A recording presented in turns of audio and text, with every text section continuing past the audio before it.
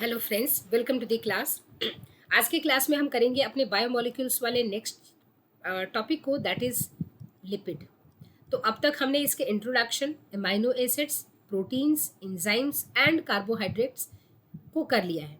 आज जो हम डिस्कस करने वाले हैं ये बायोमोलिक्यूल्स का आखिरी सेशन है, that is your lipid part. Lipid बहुत ही छोटा पोर्शन दिया हुआ है, तो उससे रिलेटेड जो पॉइंट्स होंगी वो बहुत ही कम है as compare to enzyme, amino acid, protein, carbohydrate. Lipid का पोर्शन बहुत कम है। ठीक है, तो सबसे पहली चीज़ लिपिड से रिलेटेड अगर हम देखें तो ये मिलेंगे कहाँ आपको, तो ये मिलेंगे आपको एसिड इन सॉल्युबल पूल में। कहाँ मिलेंगे आपको? एसिड इन सॉल्युबल पूल में। अब एसिड सॉल्युबल पूल, इन सॉल्युबल पूल, इसके लिए आपको फर्स्ट सेशन देखनी पड़ेगी, वहाँ हमने बहुत अच्छे से डिस्कस किया हुआ है। सो ये कहाँ मिलेगा आपको? एसिड इन सॉल्युबल पूल के अंदर मिलेगा। ठीक है, पहली चीज़। क्यों मिलेगा? क्योंकि इसका मॉलिक्यूलर जो वेट होता है it is more than 800 Dalton. क्योंकि जो 800 डाल्टन से ज़्यादा जिनका मॉलिक्यूलर होता है वो एसिड इनसॉल्युबल पूल में मिलते हैं, वो इसके पास भी है। अच्छा, अगर हम इसके बात करें तो इसके टाइप्स हमें पढ़ने होंगे, है ना। लिपिड्स के हमें टाइप्स पढ़ने होंगे। तो टाइप्स की बात करते हैं अगर, तो एक होता है सिंपल लिपिड, एक होता है डिराइव्ड लिपिड, डिराइव्ड लिपिड, और एक होता है कंजुगेट लिपिड। इनमें आपको एग्जाम्पल एनसीईआरटी देती है कि सिंपल लिपिड, डिराइव्ड लिपिड और कंजुगेट लिपिड का एग्जाम्पल क्या है। तो अगर हम देखें सिंपल का, तो सिंपल में आपको इम्पॉर्टेंट याद रखने हैं फैट एंड वैक्स। ठीक है, डिराइव्ड में आपको याद रखना है कोलेस्ट्रॉल, बहुत इंपॉर्टेंट है।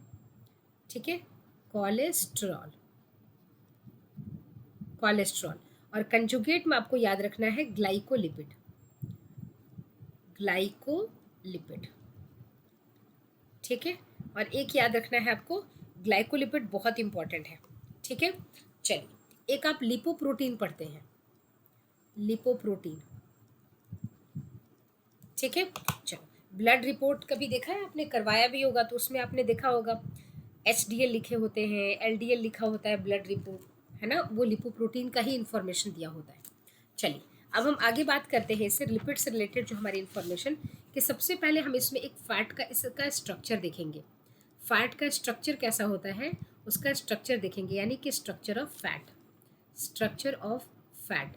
तो स्ट्रक्चर ऑफ फैट से हमारा क्या मतलब है कि इसमें जैसे मान लीजिए कि ये होती है आपके पास ग्लिसरॉल, ये ग्लिसरॉल का फॉर्मूला है, क्या है? CH2OH, उसके बाद एक और CH2OH और एक और CH2OH। ठीक है, तो ये क्या है? ये आपके पास है ग्लिसरॉल, ग्लिसरॉल। ठीक है, ये ग्लिसरॉल है। अब ग्लिसरॉल में क्या है? 3 OH है। ठीक है, 3 OH ग्रुप है।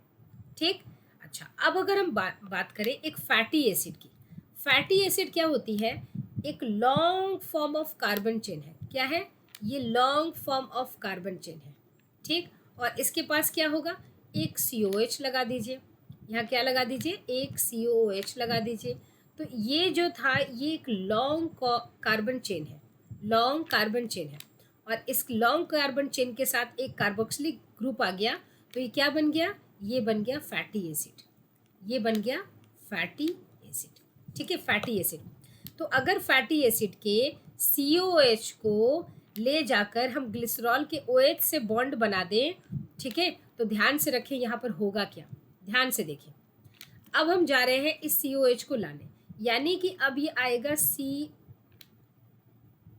है ना, COH। ठीक है, और ये किसका है? लॉन्ग फॉर्म ऑफ कार्बन, यानी कि फैटी एसिड। ये क्या है? Fatty acid. तो फैटी एसिड का ये जो COH है, अब ध्यान से देखिए यहाँ होगा क्या, चूंकि ये क्या है? ये एक एसिड है ना यहाँ पर, और ये क्या है? OH है। तो होगा क्या कि OH एंड H मिलकर वाटर रिलीज करेंगे। ठीक है, यानी कि OH और H मिलकर वाटर रिलीज करेंगे और यहाँ पर एक बॉन्ड बन जाएगा। ठीक है, यहाँ पर एक H2O रिलीज होगा, बॉन्ड बनेगा कौन सा? इसको आप बोलेंगे ईस्टर बॉन्ड, ईस्टर बॉन्ड। ठीक, यानी कि ग्लिसरॉल एंड फैटी एसिड के बीच में जो बॉन्ड बनेगा वो बनेगा ईस्टर बॉन्ड। तो अब ध्यान से समझे, यहाँ पर ध्यान से समझने वाली बात क्या है कि अगर इस ग्लिसरॉल के साथ CH2 है ना। यहाँ पर भी मैं लिख दी हूँ CH2 और यहाँ पर भी मैं लिख दे रही हूँ CH2।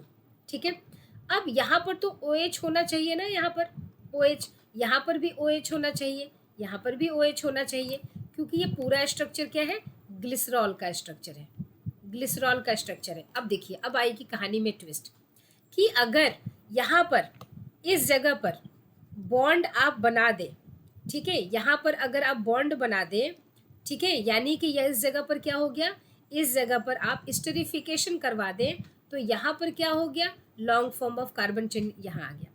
तो अगर एक ही है तो आप क्या कहेंगे, इसको कहेंगे मोनोसेक्राइड। अगर एक ही है तो आप कहेंगे मोनोसेक्राइड, सॉरी मोनोग्लिसराइड, मोनोग्लिसराइड। ठीक है, लेकिन अगर यहाँ पर दोनों जगह यानी कि दोनों OH के पास क्या हो गए, यहाँ पर भी बॉन्ड बन गई है ना, यानी कि यहाँ पर भी स्टेरिफिकेशन हो गई है, तो अब आप इसको क्या कहेंगे, अब आप इसको कहेंगे मोनोसेक्राइड नहीं कहेंगे, अब आप इसको क्या कहेंगे, डाइग्लिसराइड बोलेंगे। मोनोग्लिसराइड यहाँ पर अब ये बन जाएगा डाइग्लिसराइड, डाइग्लिसराइड। अब आप इसको क्या करें, थर्ड जगह पर यहाँ पर भी ले आए, यानी कि इस जगह पर भी आप क्या कर रहे हैं, स्टेरिफिकेशन करवा रहे हैं। ठीक है, इस जगह पर भी स्टेरिफिकेशन हो रही है, तो अब ये क्या हो जाएगी, मोनो नहीं, डाई नहीं, ट्राइग्लिसराइड हो जाएगी, ट्राइग्लिसराइड हो जाएगी।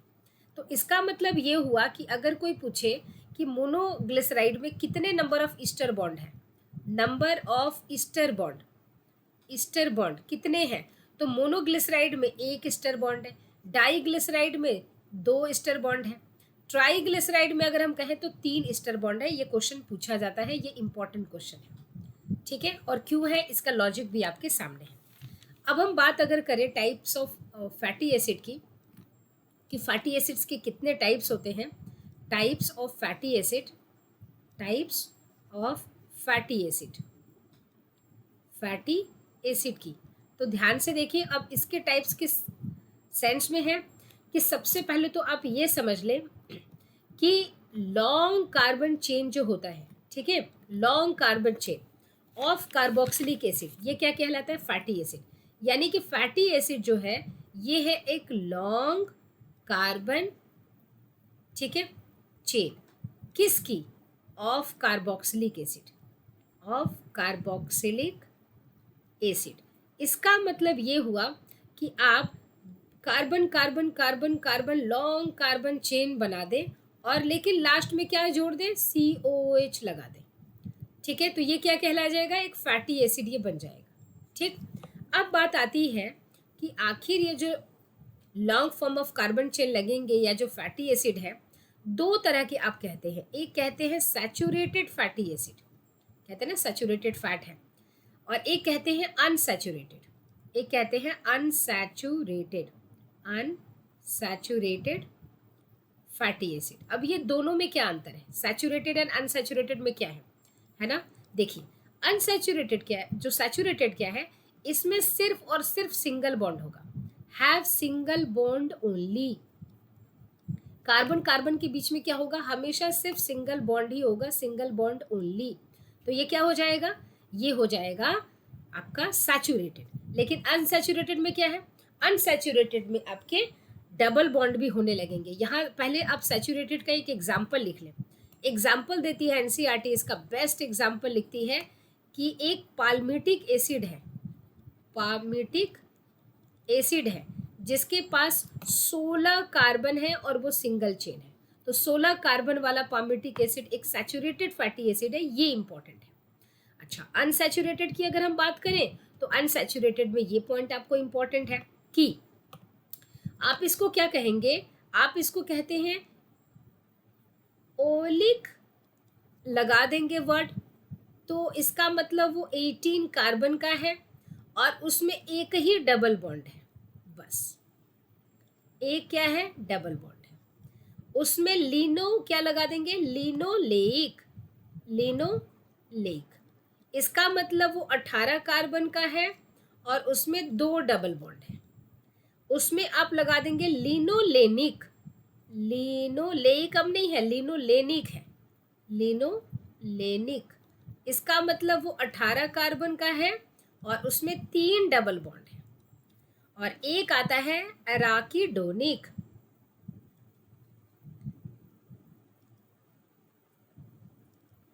ये है 20 कार्बन का जिसमें कि 4 डबल बॉन्ड है। बस आपको ये याद रखना है।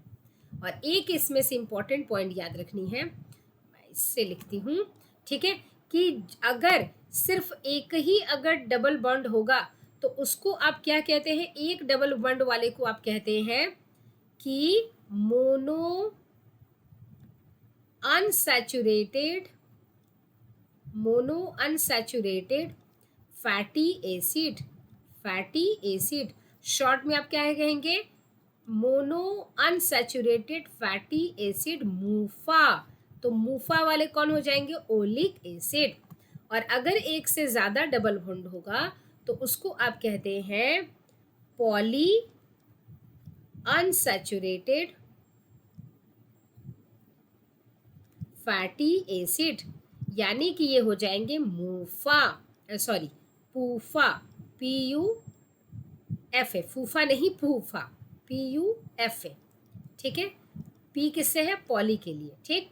तो मूफा में कौन से आ जाएंगे, ओलिक, जिसमें कि एक ही डबल बॉन्ड हो वो मूफा, और जिसमें एक से ज्यादा डबल बॉन्ड हो वो पूफा, ठीक है। ये इंपॉर्टेंट है, जिनके पास एक से ज्यादा डबल बॉन्ड हो जाएगा वो हो जाएंगे पूफा में, पॉली में, ये इंपॉर्टेंट। उसके बाद हम बात करते हैं कि स्ट्रक्चर आती है पॉलीफॉस्फोलिपिड को लेकर। फॉस्फोलिपिड का बहुत इंपॉर्टेंट डिस्कशन और बहुत अच्छे से डिटेल हमने किया है cell the unit of life में, जब हमने सेल मेम्ब्रेन डिस्कस किया है, उसके वीडियोस ऑलरेडी अवेलेबल हैं। तो फॉस्फोलिपिड से अगर हम बात करें, फॉस्फोलिपिड की, ठीक है, यानी कि इसमें क्या है, फॉस्फो भी है, लिपिड भी है। तो अगेन हम ग्लिसरॉल की बात करेंगे, है ना, ग्लिसरॉल आएगा कहानी में, तो ये है ग्लिसरॉल, ठीक। यहाँ पर आएंगे CH2 अगेन, ठीक है, यहाँ पर अगेन ये OH होगा, यहाँ पर भी OH होगा, बॉन्ड बनाएंगे बाद में आपके सामने, और ये है CH2OH, ठीक। अच्छा, इसको आपने क्या बोला, इसको आपने बोला ग्लिसरॉल है, ये ग्लिसरॉल है, ठीक है। अच्छा, अब देखिए, अब बात आती है कि अगर यहाँ पर अगर हम एक कार्बोक्सिलिक ग्रुप जोड़ दें, यानी फैटी एसिड का कार्बोक्सिलिक लें और वो जोड़ दें, ठीक है, यहाँ पर एक फैटी एसिड जोड़ दें, तो ये रहा एक फैटी एसिड, ठीक है। एक फैटी एसिड यहाँ जोड़ दें, ठीक है। तो अगर तीनों OH ऑफ ग्लिसरॉल के साथ अगर हम फैटी एसिड जोड़ दें, यहाँ पर भी, यहाँ पर भी, यहाँ पर भी, तो याद है ये क्या बन जाएगा, ये ट्राईग्लिसराइड बन जाएगा, ठीक है। लेकिन अगर हम क्या करें, हम एक फैटी एसिड यहाँ जोड़ रहे हैं, ठीक है, ध्यान से समझें, और एक फैटी एसिड हम यहाँ भी जोड़ दें, सेकंड के पास भी हम एक फैटी एसिड जोड़ दें, ठीक है, एक सेकंड के पास भी हम क्या करें, फैटी एसिड जोड़ दें। लेकिन थर्ड के पास हम क्या करें, फैटी एसिड नहीं जोड़े, ट्राईग्लिसराइड नहीं जोड़े, है ना। यहाँ पर हम क्या करें, यहाँ पर हम एक फॉस्फेट जोड़ दें, फॉस्फेट। फॉस्फेट का मतलब, फॉस्फेट का मतलब H3PO4, H3PO4, इसका मतलब ये P है, ये O, 4 O है ना, तो चारों तरफ O कर दीजिए, चारों तरफ O कर दीजिए, है ना। और 3 H है तो ये 3 के पास आप H बिठा दें, और ये O क्या रहेगा, डबल बॉन्ड के साथ। तो ये रहा फॉस्फेट का स्ट्रक्चर, है ना, फॉस्फोरिक एसिड, फॉस्फेट का स्ट्रक्चर ये रहा। अब यहाँ पर अगर आप थर्ड वाले के साथ जाकर आप यहाँ पर फैटी एसिड नहीं बल्कि क्या करते हैं, फॉस्फेट जोड़ देते हैं, है ना। यानी कि यहाँ पर आप क्या करते हैं, यहाँ पर आप जोड़ देते हैं फॉस्फेट, ठीक है, ये रहा O, यहाँ पर आप फॉस्फेट जोड़ देते हैं, ठीक है। तो अब ये स्ट्रक्चर क्या कहलाएगा, अब यही स्ट्रक्चर अब ग्लिसरॉल नहीं, डाईग्लिसराइड नहीं, बल्कि क्या बन जाएगा, ये स्ट्रक्चर अब जाकर बन जाएगा फॉस्फोलिपिड,